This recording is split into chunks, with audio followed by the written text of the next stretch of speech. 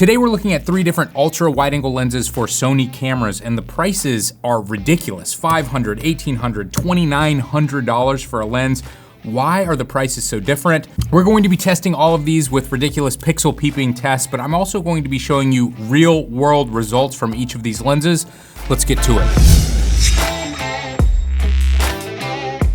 This video is sponsored by Click-A-Snap, which is a brand new social media platform. It's one part Instagram, one part Shutterstock, and one part Google AdSense all wrapped into one. The most unique element of Click-A-Snap is that you get paid up to $9 for every 1,000 views your images get, which is honestly much more than we get paid on YouTube. And if you want, you can choose to sell your photos on the platform as well. Unlike every other social media platform, with Click-A-Snap, you don't have to give up your image rights.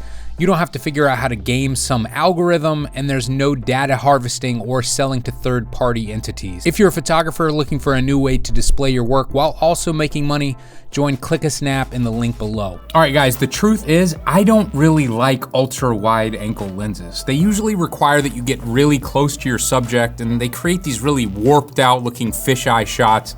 I just don't really take photographs like that. And so for me personally, I have not owned an ultra wide angle lens for years now. Now, that being said, I have certainly used them before, and when you need them, you really need them. A few years ago, I shot the tutorial Photographing the World 2 with Elia Liccardi. It's a landscape photography tutorial you can find on fstoppers.com/store. But a large portion of that landscape photography tutorial was based on astrophotography. And almost every image and every time lapse that we took for that tutorial was shot at 12 millimeters to get as much of the sky as possible, and it was shot at f2.8 to get as much light as possible into our cameras.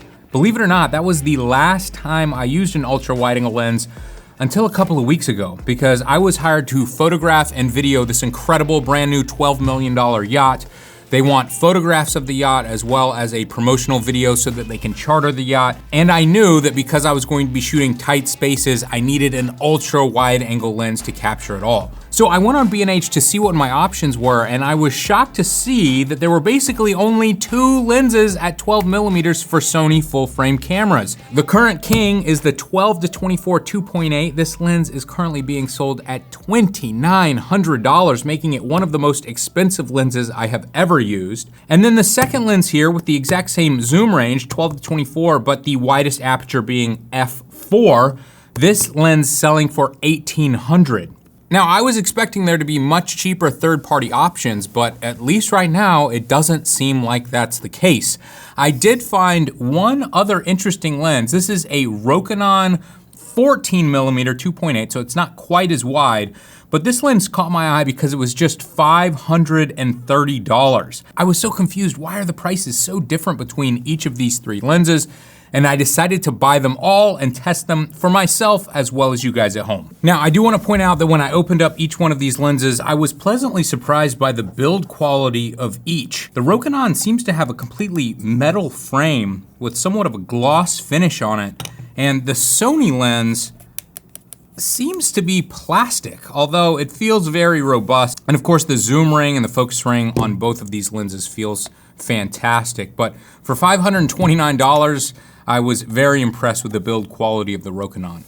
The first test that I want to do with each one of these lenses was a basic sharpness test. So I set up my camera in front of a flat brick wall and I shot through the f-stop range of each one of these lenses. The first thing that you'll notice is that each one of these lenses does have a vignetting problem at its widest aperture. Starting with the most expensive lens here, looking at the shot taken at f2.8, I was shocked by how sharp it was. Even in the corners, it was significantly sharper than I expected. As you stop down to f4, you can see that the vignetting goes away, but the sharpness doesn't really change. And I think that goes to show you just how incredibly sharp this lens is at f2.8.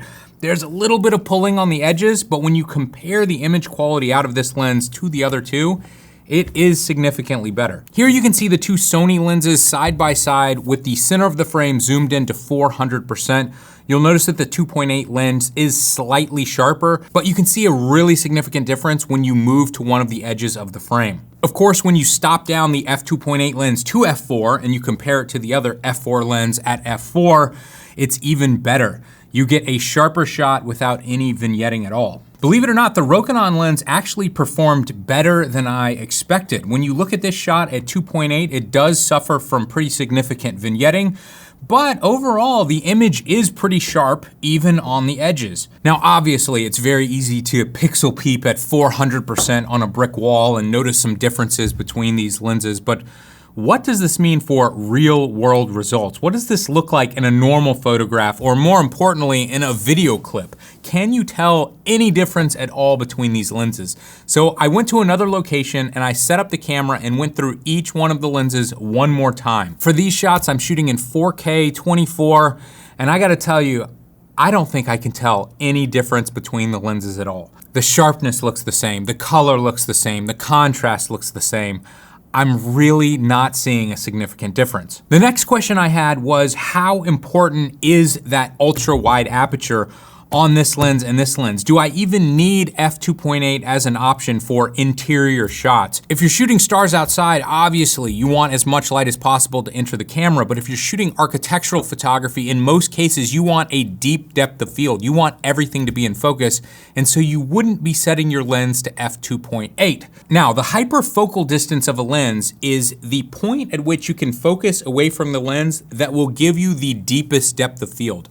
You can go to a depth of field calculator and it will give you this number. I looked it up for a 12mm lens and it's approximately 5.6 feet away from the front of the lens. So if you were photographing a small bedroom, you might have a tendency to focus on the headboard in the back of the room, but you're going to get the sharpest image with the deepest depth of field by focusing around 6 feet in front of the lens, which is probably around the center of the bed. So I photographed one of the small bedrooms in my house at 12mm throughout the f-stop range to figure out what my real world depth of field is going to be. So when I go on this boat, I don't make a mistake. When shooting at f2.8, it may look like the entire scene is in focus, but if you zoom in to the front of the bed here, you will notice some softness. For this particular scene, when I stopped down to just f4, that was all the depth of field I needed. Everything sharpened up, and I think this is a good, solid shot. Now, obviously, if you're just taking photographs and you're going to be on a tripod, you could go to 5.6, f8, f11. You're going to be absolutely fine because you can just drag your shutter speed and capture as much light as you need to get the correct exposure. But I'm also going to be taking video of this boat, and so this test was incredibly important to me because I needed to find that sweet spot where I could get the most light entering my camera while still keeping the majority of the scene sharp. So this photo shoot taught me that the absolute widest my aperture should be for this type of photo shoot is f4, meaning that spending $2,900 for this lens is probably a little overkill. I don't actually need f2.8 for this type of shooting, but I had one more test to do. I wanted to see how the autofocus performed on each one of these lenses. As you can probably guess, the autofocus on both Sony lenses was perfect. It was just as good as any other Sony lens. It was totally silent, totally smooth. You can't even tell it's working, but I was looking at myself in the screen and I could see that it had locked onto my eye. And when I looked at the footage afterwards, it looked perfect. The Rokinon, on the other hand, could not keep up. And while I was filming myself, I could hear this weird clicking sound. And then when I got back on the computer, and I actually saw what was happening, each one of those clicks was this very sudden movement in the autofocus. You can really see it in the upper right-hand corner of the air conditioner in this shot. You can see it jumping in and out of focus. So the poor autofocus results were enough for me to leave this lens behind. I did not take it on the yacht shoot, but I did take both of these lenses and we actually used them at the exact same time. And to be perfectly honest, looking back at some of this footage, I can't tell which was shot with which. They both look so similar in real world conditions. Now, occasionally we do these comparisons and the cheapest option sometimes turns out to be the best option. And obviously that's super exciting when we discover something like that. I'm sorry to say in this case, it's the opposite. And it's exactly how it should be. With these three lenses, you get exactly what you pay for. There's absolutely no doubt that the 12-24 2.8 is the best lens of the bunch, but of course it should be. It's $2,900. It's incredibly expensive. In the case of this yacht job that I just got done with, I literally never opened up my aperture to 2.8. So going out and spending $2,900 on this lens for a slightly sharper image is definitely overkill in my opinion.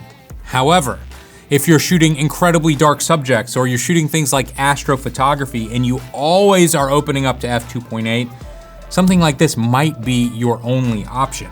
When it comes to shooting architecture or very small spaces, I think these two lenses could be a great option. This one obviously is going to give you 2 more millimeters on the wide end, going all the way to 12 millimeters. It also has the ability to zoom, which is very nice. And if you're shooting video, the autofocus on this lens is fantastic. So that's going to be a huge plus for somebody like me who at this point is shooting more video than stills. But I still can't fully write off the Rokinon because the autofocus was accurate enough for still photography. And there is a big argument to be made that when you're shooting this wide with video, you shouldn't have autofocus on anyway. You should just lock it off manually to infinity, and then you can walk around getting everything in focus. So the autofocus, especially on a wide angle lens like this, may not be as important to you as other lenses. I was really hoping that there was going to be a clear winner at the end of this video, but it's just not quite that simple. But hopefully you've learned enough about each one of these to figure out which one is right for you.